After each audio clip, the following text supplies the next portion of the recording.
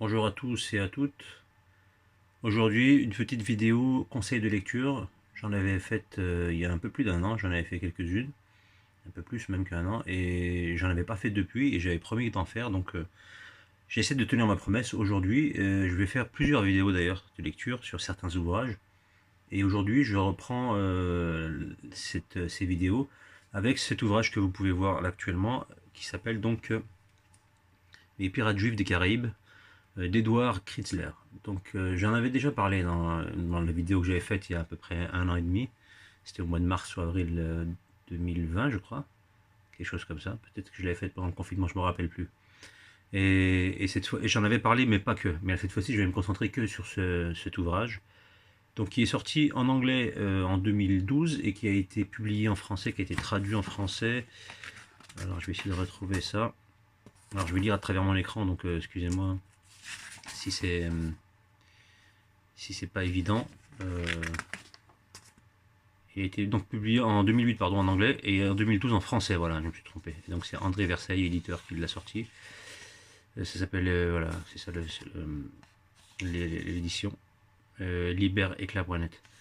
Donc après, je crois qu'il est même plus disponible avec cette maison d'édition, je crois qu'il est passé sur autre chose. Mais enfin, moi à l'époque, je l'avais acheté, c'était cette maison d'édition. Donc la somme faramineuse de 9 euros. Cet ouvrage est pour moi essentiel. Il est magnifique. Il est magnifique et il explique beaucoup de choses sur les origines, les raisons et le pourquoi ce qu'on appelle le nouvel ordre mondial et de la mainmise du nouvel ordre mondial sur l'économie mondiale, sur les règles des nations, sur différentes alliances supranationales qui existent et le réseau en général. Alors, dit comme ça, vous vous dites, mais quel rapport avec les pirates juifs des Caraïbes? Ah bon, il y avait des pirates qui étaient juifs dans les Caraïbes? Ah, on ne savait pas. Bah, évidemment que vous ne le saviez pas. Parce que c'est un sujet qui est plus que tabou, on n'en parle jamais. Sauf que cet ouvrage en parle. Donc ce monsieur Edward Kritzler est un juif, évidemment, par rapport à son pseudonyme, son patronyme, mais c'est un juif tout court, et c'est en tant que juif qu'il l'écrit. Donc je vais vous lire les morceaux choisis, parce que j'ai stabilossé plein de passages, hein. Alors je ne vais pas tout relire, et puis je vous laisserai le plaisir de vous le procurer, parce que je trouve qu'il est vraiment génial, ce bouquin. Je vais faire des morceaux choisis. Et puis voilà, donc alors je ne l'ai pas relu depuis que je l'ai lu, donc il y a quelques années, mais je vais quand même lire quelques passages. Donc alors je vais essayer de trouver des trucs intéressants. Je vais vous lire l'introduction, je vais lire au-dessus du téléphone, mais c'est pas gagné. Lors de l'invasion de la Jamaïque en 1643, William Jackson raconte avoir trouvé la capitale de l'île entièrement déserte, à l'exception, écrit-il, de divers Portugais issus de la nation hébraïque, venus à nous pour solliciter notre protection, en échange de quoi ils promirent de nous montrer où les Espagnols avaient caché leurs trésors. Que faisaient donc des Juifs portugais sur une île espagnole à demander protection à un corsaire anglais et à son équipage?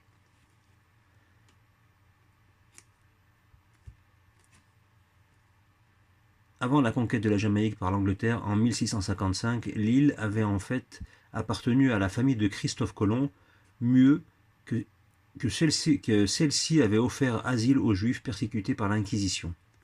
Le responsable de la communauté juive de l'île dans les années 1960, Sir Neville Achaim, alla même plus loin, m'expliquant que Christophe Colomb était probablement d'origine juive et que l'arbre généalogique des Juifs de Jamaïque remontait en vérité aux tout premiers immigrants. Donc là, ça c'est des morceaux choisis de l'introduction, parce qu'elle est un peu plus longue. Vraiment, je vais pas tout vous lire parce qu'il y a trop d'infos. Mais ça, c'est pas le but, hein, vraiment pas le but.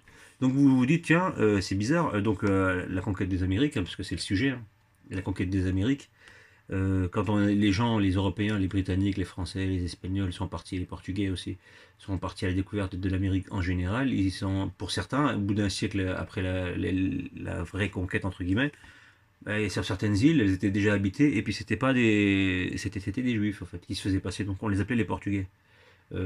Pour beaucoup, en particulier au Brésil, parce qu'en fait ils venaient du Portugal, mais c'était des gens qui avaient été chassés par l'Inquisition et qui se retrouvaient donc en Amérique sur ces nouveaux territoires. Bon, il y a eu des subterfuges, on va revenir dans l'ouvrage, on en parle. Donc vous vous dites, tiens, c'est bizarre, ils ont voyagé, puis ils sont pas allés faire n'importe quoi, ils sont pas allés planter des pommes de terre, enfin, ils sont partis à la conquête des richesses. Et ils ont tissé un réseau incroyable, en se faisant passer évidemment pour ce qu'ils n'étaient pas au départ, jusqu'au moment où, avec le changement de situation, des alliances, etc., ils ont fini par afficher ouvertement qui ils étaient, mais ils avaient réussi entre-temps à s'immiscer dans tous les endroits stratégiques du continent, en lien avec l'Europe et le reste du monde. D'ailleurs, toutes les nouvelles richesses, elles partaient, elles étaient entre leurs mains au bout d'un certain temps. Ça a pris quelques siècles, entre 2 et 3 siècles, donc entre les années 1500, j'arrondis, entre les années 1500 et 1800. Ils ont tissé un réseau incroyable, commercial, financier, humain, l'esclavage évidemment, et surtout, comme son nom l'indique, la piraterie. Et là, on est bon. Et petit message à notre cher Éric Zemmour, on parle de ta communauté là, hein, et on parle pas des barbaresques. On va peut-être en parler, pas dans cet ouvrage-là, mais on en reparlera des barbaresques. Les fameux barbaresques, ce qui justifiait la colonisation du Maghreb, parce que les Maghrébins à l'époque, la régence d'Alger, entre autres, hein, et c'était les méchants barbares qui tuaient, qui volaient les gentils Européens chrétiens. Et donc, en fait, la réalité, elle est totalement différente de ça. Mais c'est pour une prochaine fois. Là, le sujet, il n'est pas abordé, ou alors c'est très léger, mais c'est pas le sujet. Donc, pour le coup, nous allons revoir donc, qui étaient ces gens, comment ils ont réussi à s'installer dans ce continent, et qu'est-ce qu'il s'est passé. C'est ça qui est intéressant à savoir. L'aventure débute avec Christophe Colomb au XVe siècle. L'accès au Nouveau Monde leur étant globalement interdit du fait de leur religion, ils se firent donc passer pour de nouveaux chrétiens du Portugal, par opposition aux vieux chrétiens ou chrétiens de souche. Le pays n'exigeant pas encore, contrairement à l'Espagne, qu'ils prouvent la pureté de leur ascendance. Alors, faut que je le montre quand même comme ça. De leur ascendance catholique. Rappelons en effet qu'en 1497, Manuel Ier, le roi du Portugal, décida que la seule façon de déjudaïser son royaume, tout en gardant ses juifs, lesquels jouaient un rôle trop important dans l'administration et l'économie pour qu'ils se résignent à les expulser, était de les convertir en bloc. Donc là, vous voyez, je ne sais pas si vous voyez le plan. Donc on a un continent tout vierge, entre guillemets, qui était à conquérir et à dépouiller. Il y avait tout à faire. Il y avait un continent gigantesque. Je reviens pas sur le fait que Christophe Colomb savait où il allait quand il a, entre guillemets, découvert l'Amérique. Il avait dépouillé des cartes, entre autres, qui indiquaient les Amériques, celle de Piri Reis, le général ottoman, je ne sais plus si c'était un général, c'était un capitaine, enfin c'était un savant ottoman qui avait cartographié l'Amérique, il avait récupéré des cartes très précises de navigation, etc. du continent.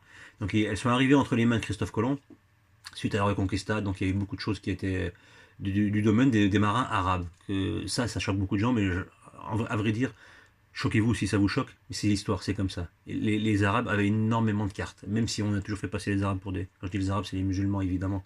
Ils étaient tous sauf que arabes, ils étaient de toutes les origines et toutes les régions du Moyen-Orient et d'Europe d'ailleurs. Et c'est eux qui avaient donc énormément d'informations qu'ils avaient laissées en Espagne une fois la Reconquista faite. Ils avaient abandonné beaucoup d'ouvrages. On les avait aussi récupérés évidemment en Europe, en Espagne. Et donc il y avait beaucoup de cartes de navigation, beaucoup de plans, etc. Et donc les cartes de Périres sont finies entre les mains. Je ne sais pas de quelle manière d'ailleurs dans les mains, entre autres de Christophe Colomb. Il savait très bien qu'il allait dans un continent qui était immense. C'était pas l'Inde, c'était la légende, hein, bien sûr, mais c'est pas le sujet. J'ai un autre ouvrage que je ferai, où j'en ai déjà parlé d'ailleurs, et je ferai une fiche de lecture là-dessus sur Christophe Colomb. Et ses origines. Voilà. C'est un livre qui est spécialement dédié sur ce personnage. Donc vous avez ce gars, ce Manuel Ier, le roi du Portugal, qui a décidé d'expulser les Juifs, mais à l'époque il s'est dit quand même, mais ils sont importants les Juifs, je peux pas les dégager. Donc je vais les dégager, mais je vais les forcer un peu à se convertir. Et puis après, ils pourront... donc c'était la meilleure façon de les déjudaïser, donc c'était de les convertir. Je trouve ça génial. Donc ça a créé les premiers maranes en fait. Pas les premiers, parce qu'on est en 1497. Mais le maranisme a commencé bien avant. Ils ont commencé à les expulser de la péninsule ibérique dans les années 1390-91, un petit peu avant, dans ces eaux-là. Et la famille de Christophe Colomb, justement, elle n'a pas été maranisée, entre guillemets. Enfin, ils le sont devenus pour ainsi dire, mais ils sont partis d'Espagne, parce qu'ils étaient en Espagne en réalité. Et ils ont traversé la Méditerranée pour se retrouver du côté de Gênes, la région génoise. Et donc il a grandi, en fait il n'a pas grandi en Espagne, il est né en Italie, il a grandi en Italie, et il parlait avec ses parents qui parlaient une espèce d'espagnol qui restait depuis l'époque. Et lui ensuite donc a parlé comme ça à la maison, et il parlait donc un espagnol très mauvais, un castillan, je crois que c'est l'équivalent d'un castillan, quelque chose comme ça, tout cas, il parlait très très mal l'espagnol. Et il parlait un italien aussi très limité. Et donc, quand il est arrivé en Espagne, on s'est dit, mais c'est quoi ce type? Il parle quelle langue? D'où il vient? Qu'est-ce que c'est que ce mec? Bref, et donc, bref, entre ses mains, elles ont fini les cartes de Périres. Et il a réussi donc à faire son aventure, soi-disant, à la recherche des Amériques. Ça, c'est la version des Indes, de l'Inde. Ça, c'est la version officielle, bref. Et donc, Manuel Ier, il a réussi ce coup de magnifique de faire en sorte il a maranisé plein d'Espagnols, plein de Juifs, et il a réussi à les envoyer comme ça en Amérique. À croire que c'était voulu, c'était génial, hein. Ils n'avaient pas le droit de quitter le pays, il fallait qu'ils deviennent maranes ou qu'ils fassent quelque chose de différent. S'ils devenaient maranes, mais ils pouvaient ensuite avoir, ils pouvaient s'immiscer dans la nation, en fait, prendre des postes qu'ils n'auraient pas eu, et surtout, ensuite, pour aller en Amérique, l'Eldorado qui venait de s'ouvrir, il fallait pas être juif. Donc, si vous étiez marin, c'était génial. Vous étiez un chrétien, quoi. Donc, c'était top. Et il a bien bossé à croire que c'est un plan, ça. Le plan de Manuel Ier était tout, sauf à supposer que lui-même était un marin. Moi, je suis presque persuadé que ça en était un. Mais bon, donc c'était pratique cette chose-là. Et donc je poursuis ces espérandos, donc c'est comme ça qu'on les appelait, attendaient la venue prochaine du Messie et espéraient qu'il leur apparaîtrait sous l'aspect d'un chrétien, signe qu'il leur pardonnerait leur apostasie. Et donc ils savaient ce délire-là, c'est une espèce ça commençait par être une secte toute chelou, alors ils nous font croire qu'il n'y a rien de nocif derrière, en fait ça cache des plans beaucoup plus malsains, mais bon, ça ils vous le diront pas tout de suite. Donc je reprends. D'emblée, ces aventuriers juifs du Nouveau Monde, dont beaucoup étaient aussi des brillants navigateurs, s'investirent dans un domaine qui avait fait ses preuves en diaspora, le commerce international. C'est grâce au fait que les Juifs ont voyagé en tout temps dans différents endroits de la planète qu'ils ont réussi à connaître beaucoup de cultures, ils ont acquis beaucoup de connaissances des nations, des systèmes de différentes nations. Et forcément, quand vous voyagez, la chose la plus pratique à faire quand vous voyagez, puisque vous êtes quelqu'un de déraciné, c'est quelque chose de très très facile à faire quand vous êtes entre guillemets facile. C'est le commerce, c'est vendre des choses, acheter et vendre, acheter et vendre. Vous avez différentes possibilités, vous avez ceux qui produisent et ceux qui ont des besoins puisque vous bougez et vous voyez le commerce où est-ce qu'il est intéressant à mettre en place. Et ceux qui voyagent, ils ont plutôt cette capacité à le comprendre et donc ils mettent ça en place. Et c'est comme ça que ça s'est mis en place gentiment. Donc ils avaient déjà cet instinct du commerce, cette connaissance des réseaux, etc. Et ils ont réussi à se dire, bah tiens, c'est parfait ça, on arrive dans un monde tout neuf, eh ben, on va se mettre dans un truc qu'on connaît bien, c'est-à-dire le commerce, le business. Ils étaient déjà des grands marchands, les Juifs en Méditerranée, hein. Dans toutes les nations méditerranéennes, que ce soit en Europe ou au Maghreb, ils étaient tous des commerçants, pour la majorité. Ceux qui tenaient les grosses boutiques dans les ports, etc. Quand je dis les grosses boutiques, je voulais dire les ports, etc. C'était des Juifs. Et donc ils avaient cette connaissance-là. Et les ports d'Amsterdam, à Londres, vous y allez, à Paris, à Bruges, vous alliez n'importe où en Allemagne, en Espagne, au Portugal, en Italie, dans tout le Maghreb, vous aviez dans tous les grandes villes et les grands points de commerce importants des juifs marchands. Il y en avait partout. C'est comme ça, c'est pas une invention, c'est comme ça. Donc le commerce international, naturellement, ils étaient tous spécialisés là-dedans, donc le Nouveau Monde, c'était génial. Alors je vais essayer de faire afficher tout ça. Ils inaugurèrent ainsi la première plantation sucrière à grande échelle et les premières cultures de céréales, de café et de thé, en même temps qu'ils se lancèrent dans le commerce du tabac et des métaux précieux, l'or et l'argent avec pour partenaires les juifs convertis ou les maranes de la péninsule ibérique.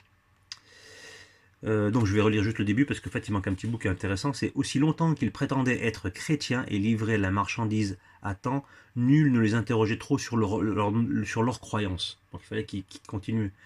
Donc une fois qu'ils sont arrivés en Amérique, il fallait qu'ils continuent à dire qu'ils disent rien. Il fallait jouer les marins en fait. Et donc ils ont pu se lancer. Et donc ce qui est intéressant, c'est au niveau du sucre. Le sucre, vous savez que c'est l'un des fléaux un des fléaux majeurs au niveau de la malnutrition. Il y a du sucre partout, c'est responsable de maladies énormes, gigantesques, nombreuses. Ils en mettent partout, financièrement c'est des enjeux colossaux. Et en fait c'est eux qui l'ont lancé, les marins d'Amérique du Sud. C'est eux qui l'ont lancé. Ils avaient déjà commencé à le faire à l'époque à Sao Tomé, je crois que ça s'appelle comme ça. À l'époque ça appartenait, donc c'était une colonie portugaise au large de l'Afrique, je crois que c'est au large de l'Angola ou de la Guinée équatoriale, je ne sais plus, en tout cas c'est au large de l'Afrique, au niveau de l'équateur d'ailleurs. Sao Tomé, et les premières plantations de canne à sucre, c'était donc les Portugais qui les avaient dans cette colonie, et c'était des Juifs qui les géraient, à l'époque déjà. Donc quand ils ont découvert le Brésil et qu'ils ont découvert les étendues gigantesques, avec le même climat que les îles Sao Tomé, c'est à peu près à la même latitude, hein, c'est à peu près plus ou moins la même latitude que le Brésil. Et donc ils ont décidé, les Juifs qui faisaient du commerce, qui faisaient de l'exploitation humaine à Sao Tomé, ben, ils ont reporté ça au Brésil sur des territoires gigantesques. Ils ont juste reporté le truc. Donc ils avaient toute la connaissance, ils ont apporté des cannes à sucre de là-bas vers l'Amérique, et puis ils se sont relancés, et c'est eux qui ont vraiment déclenché ça. Donc voilà, puis et donc forcément les métaux précieux, l'or et l'argent, tout ça, etc.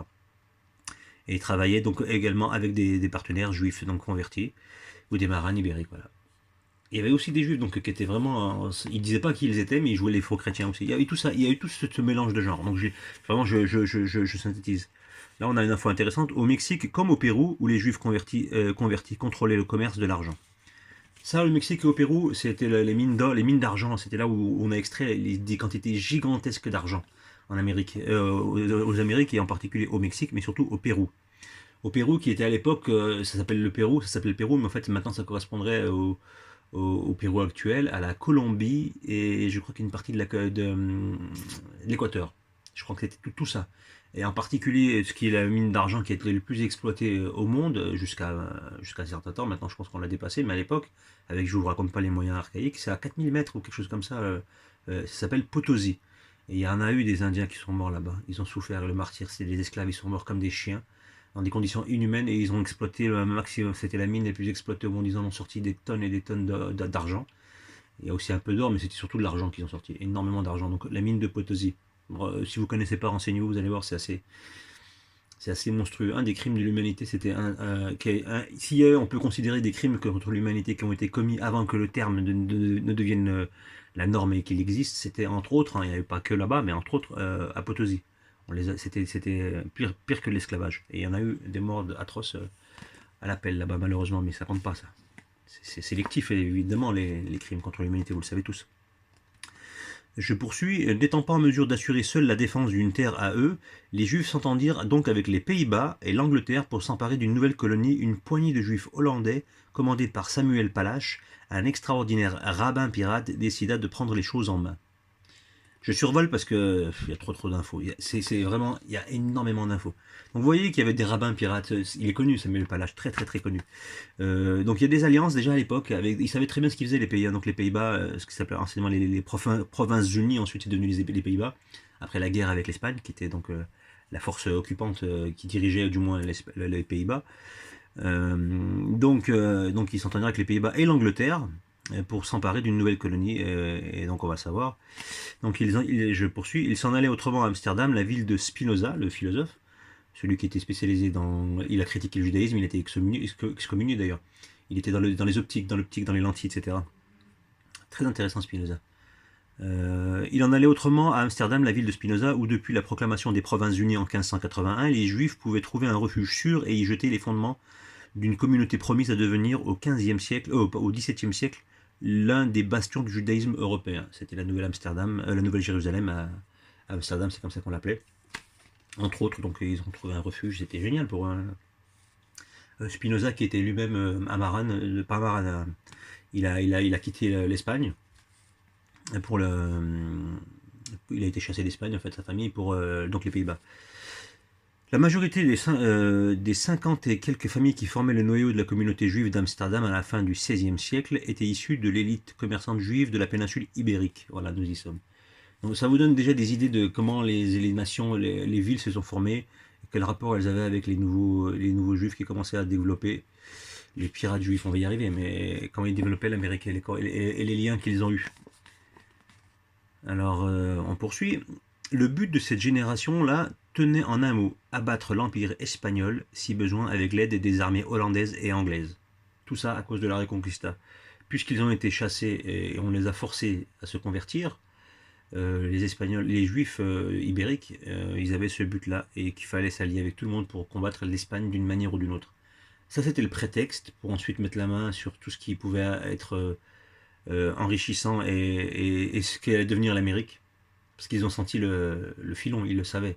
Un continent vierge de toute exploitation intensive, de toute population importante, et couvert de richesses, aussi bien en surface que dans son sous-sol, et avec sa population qui était donc indigène et qui n'était pas très nombreuse d'ailleurs, mais qui était conviviale à merci. Il y avait tout à faire, ils le savaient très bien quand ils sont allés là-bas, ils le savaient très bien.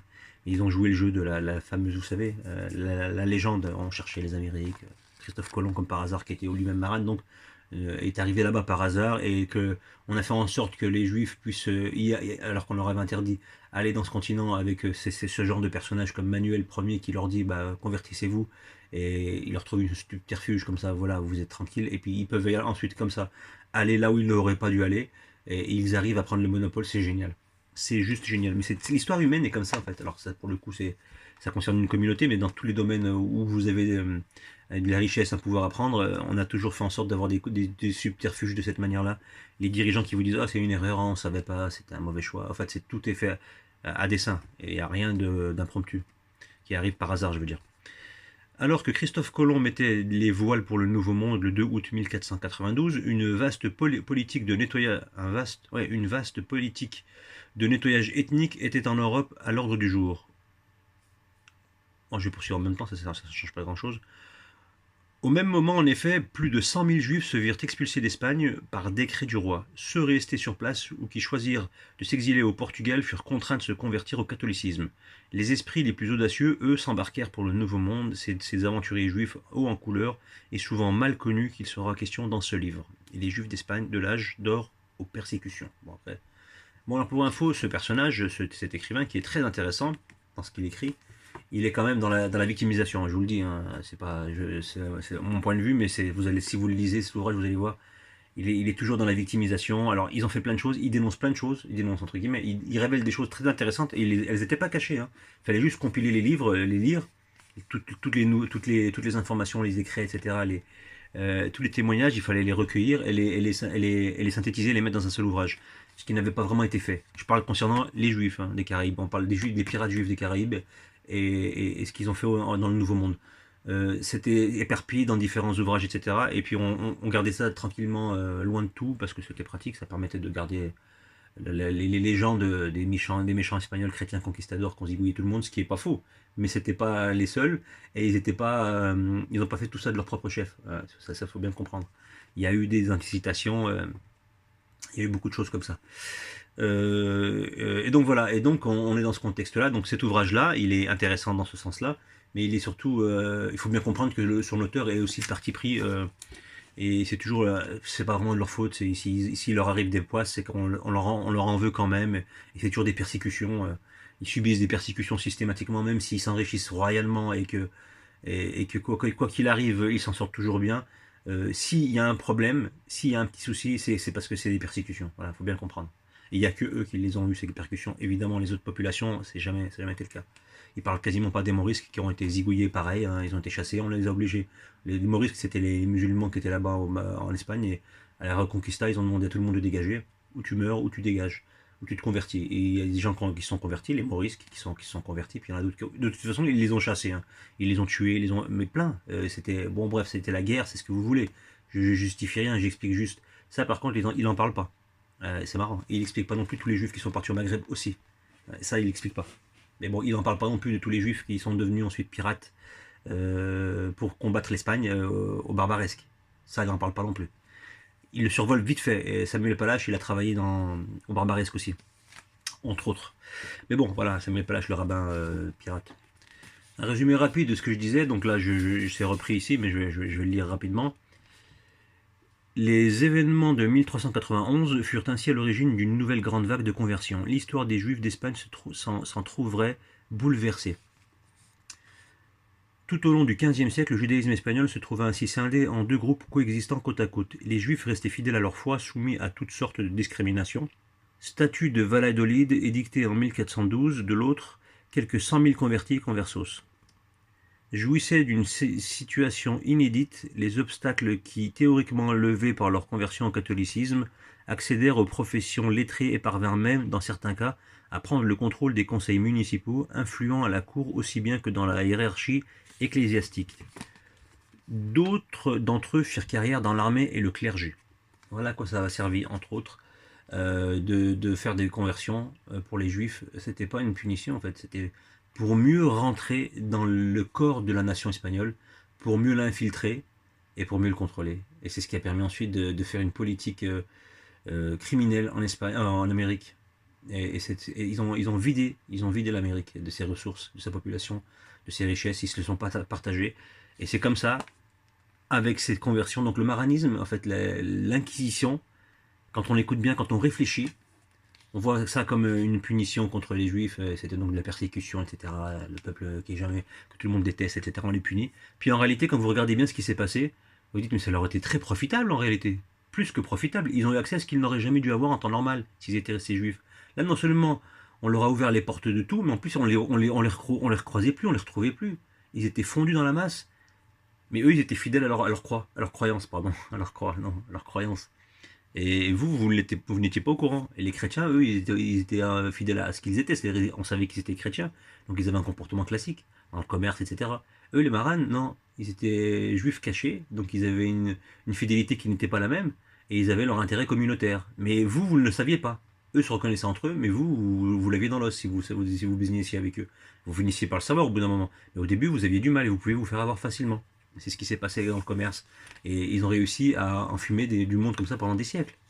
Grâce à ça. Donc merci l'Inquisition finalement. Et pour info, il y en a qui vont me dire ouais mais il y a eu des autodafés, on a brûlé des gens, etc. Alors la majorité des gens qui ont été brûlés à l'Inquisition des Juifs, c'était des effigies.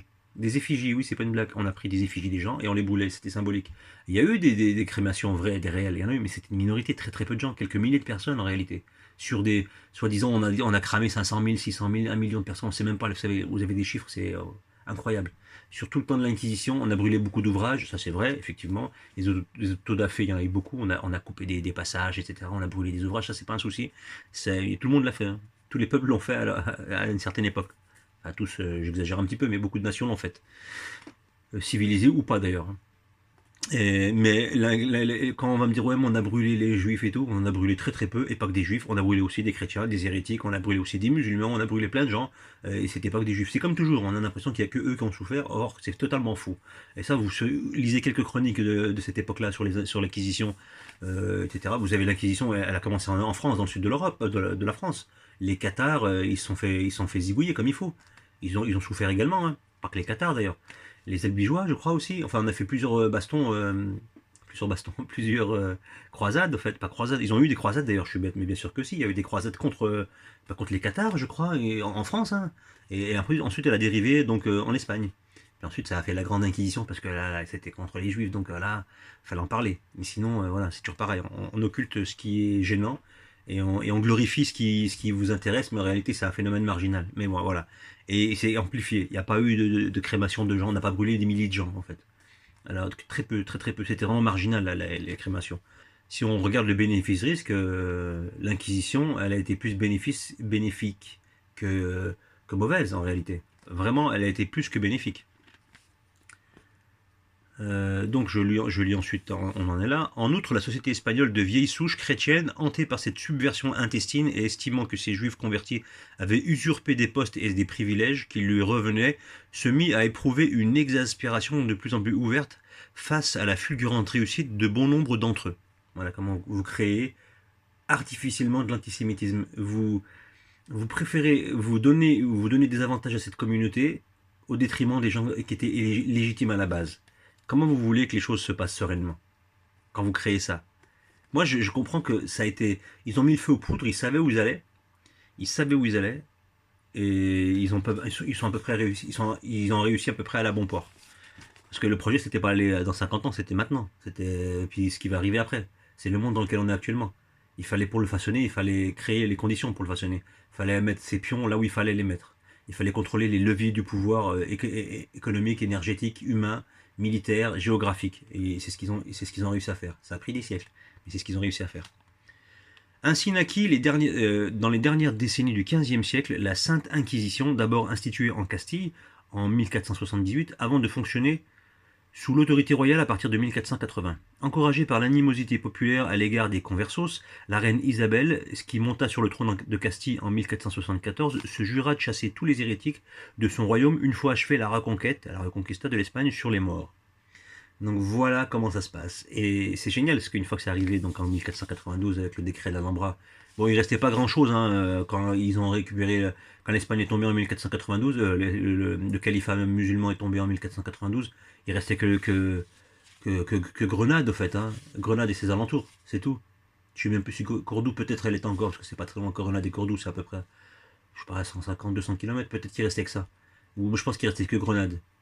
Et donc voilà, et donc il restait plus rien, 90% était fait en fait. Après il y avait une population morte qui était installée, et puis une population juive qui était là. Donc il a fallu la chasser, mais bon. Et donc voilà, donc et ils ont juré qu'ils chasseraient tous les hérétiques du son royaume, donc musulmans, donc voilà, et comme ils le disent, sur les morts, mais aussi les juifs. Donc il fallait les chasser, ces hérétiques.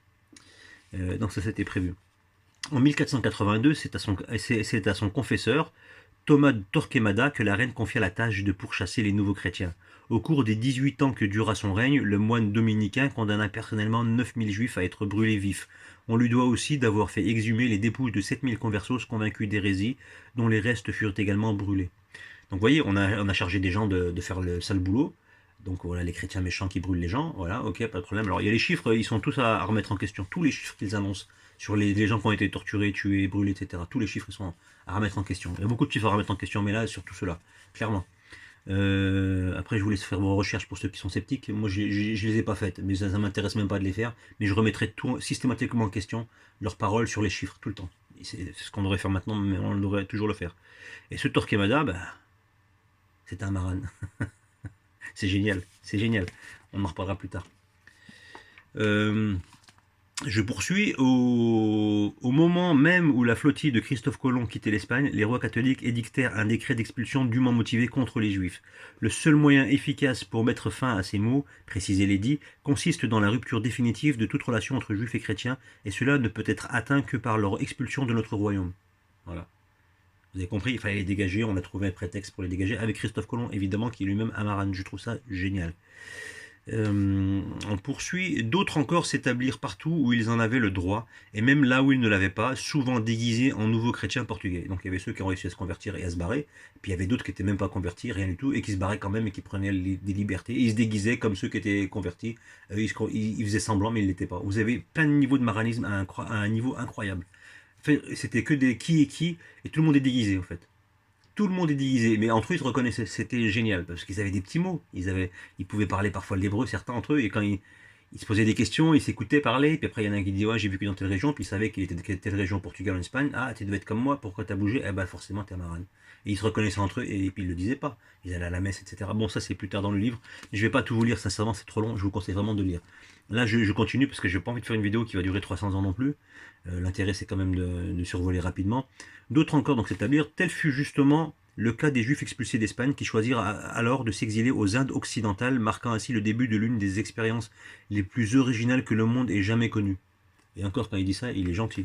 C'est l'expérience la plus incroyable d'accaparement des richesses et du contrôle de cette planète qui n'ait jamais existé, qui n'existera pas jamais, à part, ils viennent de le faire eux, c'est eux qui l'ont fait, et qui vont le faire là, dans les 5 prochains siècles à partir de cette date où on est dans les années 1500, 1500 à peu près.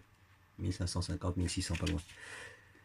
Les inquisiteurs du Nouveau Monde étaient particulièrement minutieux dans leur enquête et leur interrogatoire. Ainsi, la retranscription des procès-verbaux conservés aux archives fournit-elle une des descriptions très détaillées de la vie secrète des conversos, parfois amenés à changer plusieurs fois d'état civil, de personnalité ou de religion au cours de leur existence. Une chose est sûre, il n'est pas de province au Nouveau Monde qui n'abritait pas sa propre colonie marane. Seuls les membres de ces communautés ainsi que leurs corréligionnaires des contrées voisines étaient capables de se reconnaître entre eux. C'est ce que je disais tout à l'heure. Ces conversos en viendraient rapidement à dominer le négoce, si bien qu'au XVIe siècle, quand la superficie du monde connu doubla et que le commerce international s'étendit, ils purent tisser des réseaux marchands couvrant l'ensemble du globe. À Lima, au Pérou, l'Inquisition rapporta ainsi que la cité ployait sous les Juifs. Tout était entre leurs mains, des brocarts au tissu, des diamants aux graines de cumin, en passant par les perles les plus précieuses et par les plus vilains noirs de Guinée. On parle d'esclavage, là, les plus vilains noirs de Guinée. Voilà. Donc ils avaient tout, le business, les commerces, les pierres précieuses, tout ce que vous pouvez imaginer d'intéressant, ben c'était là. Et là, on arrive à ce que je disais Potosi. À Potosi, aujourd'hui en Bolivie, le représentant du Saint-Office se plaignait cette fois que le commerce des métaux précieux en particulier de l'argent, soit tenu par les crypto-juifs. À Port-Royal, alors la capitale de la Jamaïque, un fascinant repère de pirates, de boucaniers et de flibustiers, les marchands anglais protestèrent pour leur part contre les descendants de ceux qui ont crucifié notre Sauveur Jésus-Christ et nous excluent du commerce. Ils achetaient des cargaisons entières, se les partageaient entre tribus. Alors là, il y a eu un problème de. Ils achetèrent des cargaisons entières, se les partagent et distribuent la marchandise à leurs partenaires des autres colonies. De fait et de part et d'autre de l'Atlantique, les Juifs formaient désormais une sorte d'immense tribu excellant dans les commerces maritimes, soudés par un héritage et une langue partagée, mais aussi par une haine commune de l'Espagne. Toujours pareil, la haine commune de l'Espagne. Ils n'ont pas lâché l'affaire. Ils vont réussir à les dépouiller et à se créer un monopole incroyable, sur le dos de la bête, évidemment. La piraterie constituait alors un grand genre d'activité hautement lucrative dans laquelle les commerçants juifs ne tardèrent pas à se spécialiser. La question morale ne se posait pas. Il semblait alors normal à toute nation civilisée de commissionner les corsaires afin qu'ils pillent les navires ennemis et remettent à leurs commanditaires une part du butin. C'est passionnant tout ça.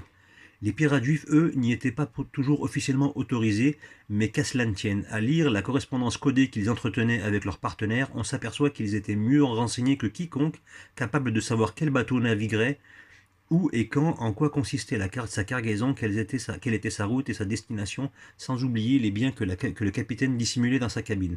Ainsi informés, les négociants juifs apparaissaient comme les cerveaux de la plupart de ces opérations, finançant conseillant et commandant même parfois les forces armées émergentes des Caraïbes. C'est ainsi que sous leur férule, les équipages locteux composés de laissés pour compte de toutes les nations s'unirent pour devenir les pirates les plus redoutés de tout l'Empire espagnol. C'est la naissance des pirates des Caraïbes, comment ils ont réussi à les mettre en place. Parce que c'était pas forcément des mecs qui étaient sur le bateau qui shootaient les gens, c'était les armateurs, c'était eux qui dirigeaient, qui donnaient les infos. Ils étaient parfois aussi à la tête de bateau, comme le rabbin pirate Samuel Palache, mais pas que. Mais il y en avait, évidemment. Donc oui, pour les notes de fin de page, elles sont toutes en fin de volume. À la fin du bouquin, vous avez toutes les notes de fin de page, comme souvent d'ailleurs. Donc elles sont toutes là. Après, voilà, c'est pour éviter ça, pour pas charger le texte, en fait. Voilà, c'est pas mal. Cette alliance, qui n'avait rien de saint, trouve un précédent chez les séfarades réfugiés en Afrique du Nord qui, pour se concilier de bonne grâce des morts, leur proposaient de guider ou de financer leurs raids. Voilà, il en parle un petit peu. Voilà, les raids, vous savez, ils se proposaient de financer ou de guider, parce qu'ils connaissaient bien l'Espagne, ils connaissaient bien aussi certaines régions de France et l'Italie, ils connaissaient bien les côtes françaises, les côtes italiennes, et puis ils leur disaient, bah voilà, venez, on va aller tel endroit, on va choper tel bateau, on va choper tel village, et on va les dépouiller. Voilà. Il explique rapidement, hein.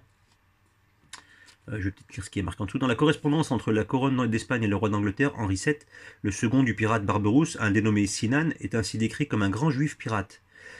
Quant aux frères Samuel et Joseph Palache, dont il a déjà été question, c'est en tant que chef pirate qu'ils commencèrent leur carrière avant de fonder la florissante communauté juive d'Amsterdam. Voilà. Donc ça se passe au Maghreb, évidemment. Ainsi menacés, les colons marins du Nouveau Monde commencèrent dès les années 1620 à conspirer avec la Hollande et l'Angleterre afin de s'emparer d'une nouvelle colonie. Dans leur missive cryptée à leurs interlocuteurs européens, ils proposaient même de leur servir de cinquième colonne. La cinquième colonne. Ils sont de bons et utiles espions, relevant ainsi un collaborateur d'Olivier Cromwell, le fameux Cromwell britannique, qui a ouvert la porte de l'Europe et de l'Angleterre aux Juifs. C'était un de leurs agents, clairement. À propos des Juifs qui conseillèrent son patron dans la conquête de la Jamaïque. Et je poursuis vraiment rapidement. Je vais poursuivre encore un petit peu, après je vais en rester là parce que ça sert à rien de continuer, je vais pas faire une lecture totale du bouquin. Je vous lis l'introduction, un peu le début des choses et après voilà le reste. Mais ça se lit comme un livre d'espionnage, comme un livre d'aventure, alors que c'est des événements réels. Mais c'est fascinant parce que ça va vous renvoyer plein de choses, vous allez découvrir la jeunesse de plein de choses et puis ça va vous éclairer votre rapport avec la piraterie d'un œil nouveau. Les Juifs avaient été expulsés d'Angleterre en 1290 et de la France en 1394. Aussi, quand ces deux nations alliées à la Hollande colonisèrent une douzaine de petites îles inhabitées des Caraïbes entre 1624 et 1635, elles firent aussitôt savoir aux Juifs qu'ils y seraient les bienvenus. Leurs réseaux commerciaux et leurs expériences du Nouveau Monde étaient jugés indispensables à la réussite de la colonisation. En outre, ils parlaient la langue. Enfin, les marchands séfarades apparaissaient particulièrement bien placés pour continuer à commercer illégalement avec les possessions espagnoles. À vrai dire, ces îles représentaient surtout un poste avancé d'une grande importance stratégique dans ce que l'on appelait alors la nouvelle mer espagnole. Vous voyez comment on arrive à mettre en place tout ça ? C'est passionnant. Le sucre et la piraterie firent de Recife le port de commerce le plus riche du Nouveau Monde après la Havane, et les Juifs très actifs dans ces deux activités y jouissaient d'un haut niveau de vie. Recife, c'est au Brésil, donc vous voyez qu'ils ont réussi à mettre en place des ports importants et faire des richesses, parce que le sucre, quand il est arrivé en Europe, c'était formidable. À l'époque, en Europe, le seul sucre qu'on avait, c'était soit le miel, soit on avait un sucre de betterave. Bateau, bidon, dégueulasse, c'est tout ce qu'on avait. Ensuite, quand il y a eu la canne à sucre qui est arrivée, Alors, il y en a je parle en Europe en général, parce qu'il y en avait un petit peu au Portugal avec la canne à sucre, mais c'était très peu, parce que c'était sur des petites surfaces qui faisaient ça. À Sao Tomé, entre autres, comme je le disais, mais c'était pas vulgarisé, voilà. Mais avec le sucre des Caraïbes, c'est arrivé en masse en Europe, et là, ça a changé le monde. Donc, il y a eu énormément de richesse qui s'est faite, grâce à ça, entre autres. Donc là, on est sur la Jamaïque, je sais pas si on arrive à lire, la Jamaïque. Et je lis, l'île abritait alors une communauté marane dont les membres se faisaient appeler les Portugais. Voilà. Quand les gens arrivaient à la Jamaïque, ils trouvaient des gens qui étaient des Européens et ils les appelaient les Portugais. Ils parlaient portugais. Voilà. Quand un Britannique il arrivait à la Jamaïque, il trouvait des Portugais. En France, il arrivait à la Jamaïque, il trouvait des Portugais. Il va se dire quoi? Bah, c'est des Portugais. Alors que c'était des Juifs maranes.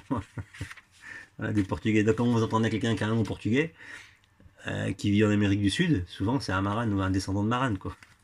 Craignant que leur enquête menée sur ces nouveaux immigrants ne les mette eux-mêmes en danger, les Portugais envoyèrent une note à un agent de Cromwell, encore lui, pour implorer son intervention et lui signaler que l'île pourrait être conquise sans trop de résistance. L'année suivante, un pilote juif de Nevis affréta 36 navires anglais pour la Jamaïque. Une fois sur place, ils négocièrent avec 2 conversos locaux un traité de paix au terme duquel l'île fut cédée à l'Angleterre.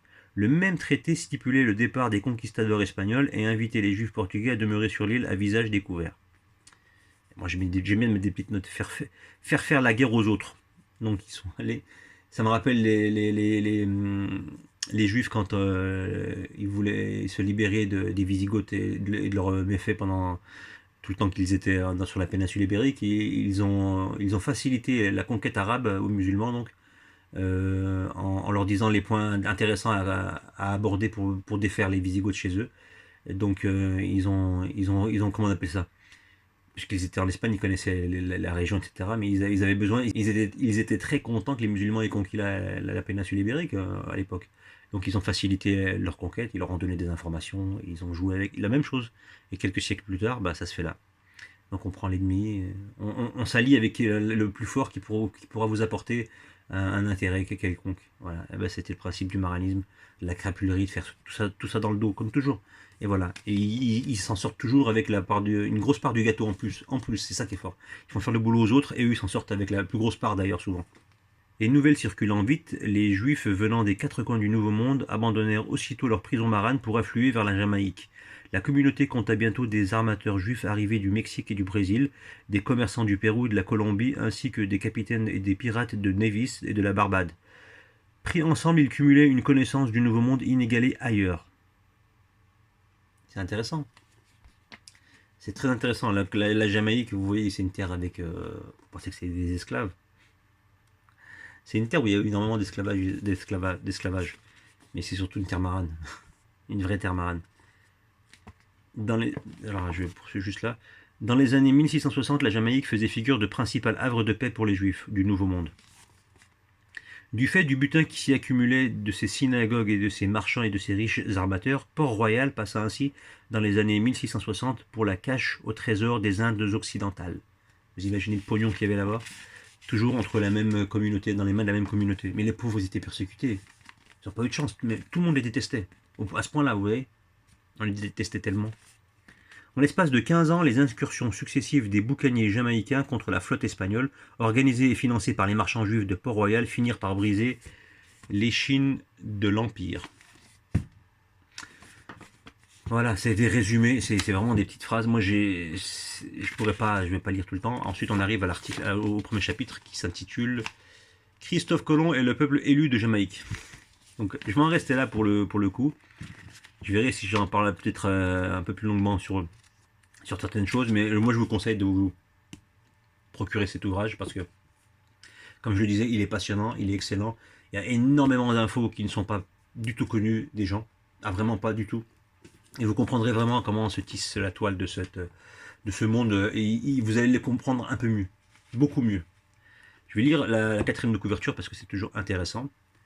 Ce livre retrace la fabuleuse histoire de ces Juifs expulsés d'Espagne et du Portugal qui, au XVIe siècle, parvinrent à s'embarquer avec les grands explorateurs pour gagner clandestinement le Nouveau Monde et devenir pirates. À bord de leur navire, la reine Esther ou le prophète Samuel, ces aventuriers qui continuent de pratiquer leur judaïsme en secret, sèment la terreur parmi les galions espagnols.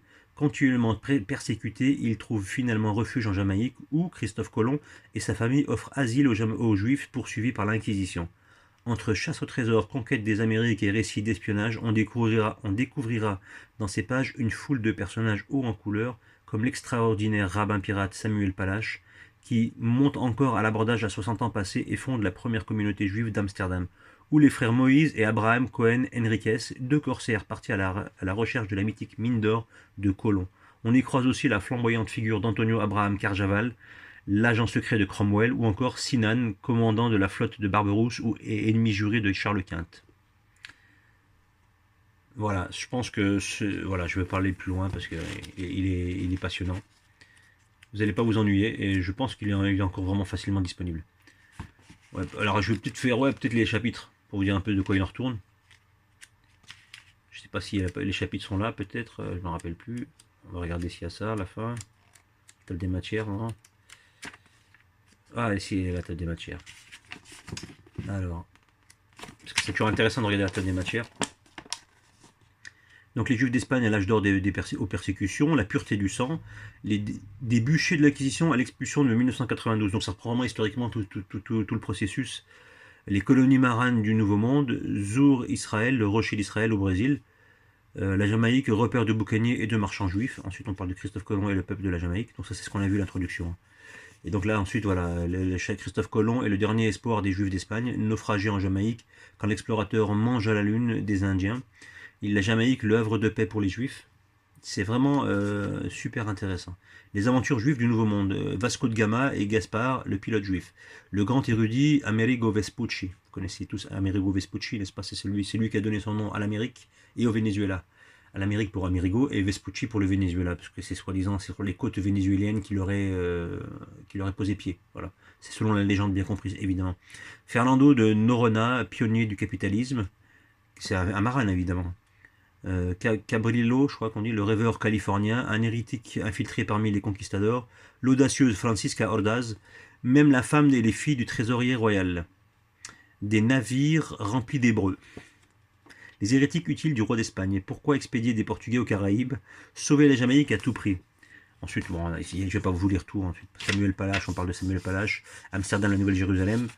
Ouais, là, il y a l'introduction du livre de Carol Quigley qui s'appelle, alors je regarde pour pas dire de bêtises, Histoire secrète de l'oligarchie anglo-américaine, donc qui est préfacée par, qui est présentée, en fait c'est une préface de Pierre Hillard, et il en parle entre autres de la Nouvelle-Jérusalem, il parle de différentes personnes, c'est très intéressant, il parle du maranisme et tout, ça a duré à peu près une quarantaine de pages, mais ce livre-là est vraiment exceptionnel par rapport à tout ça, il va beaucoup plus loin. C'est intéressant de lire aussi la préface qu'il a faite, hein, évidemment. Et il se base sur... Alors je ne sais pas s'il se base sur cet ouvrage, je ne pense pas. Il se base sur la 13e tribu et il se base sur un autre livre, un autre ouvrage, mais pas spécialement sur celui-ci, qui est vraiment très intéressant. Donc voilà, on parle aussi des guerriers de Sion au Nouveau Monde, l'exode vers l'île aux hérétiques, les agents secrets de Cromwell, donc ça c'est très intéressant, la chasse au trésor de Charles II, l'âge d'or de la piraterie aux Caraïbes, et ensuite l'épilogue à la recherche des trésors perdus de Christophe Colomb. Bref, très intéressant, magnifique ouvrage, que je vous conseille vraiment d'acquérir d'une manière ou d'une autre, vous ne serez pas déçus. Si je peux vous conseiller un ouvrage, c'est bien celui-ci, hein, vraiment. Il est relativement intéressant et historiquement, il vaut son pesant de cacahuètes ou de pièces d'or, c'est vous qui voyez. Et vous allez découvrir qu'on vous a caché beaucoup de choses, beaucoup de choses, énormément. Passez une bonne journée et à très bientôt.